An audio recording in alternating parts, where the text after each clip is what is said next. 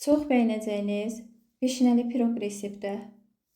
Yumurtanın üzərinə şəkər tozu əlavə edib, təxminən 3-4 dəqiqə ağarana kimi çırpıram. Yağı əlavə etdikdən sonra isə 10-15 saniyə. Un və qabartma tozunu da əlavə edib, yaxşı qarışdırdıqdan sonra diametri 28 sm olan formaya yığıb hamarlayıram.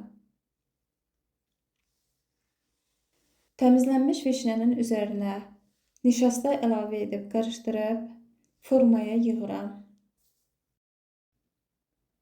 Un və şəkər tozuna yağ əlavə edib umac ovub vişnələrin üzərindən səliqəylə yığıram. Öncədən isədilmiş 180 dərəcədə 45 dəqiqə bişirirəm və çox ləzzətli piroq olur. Hələlik.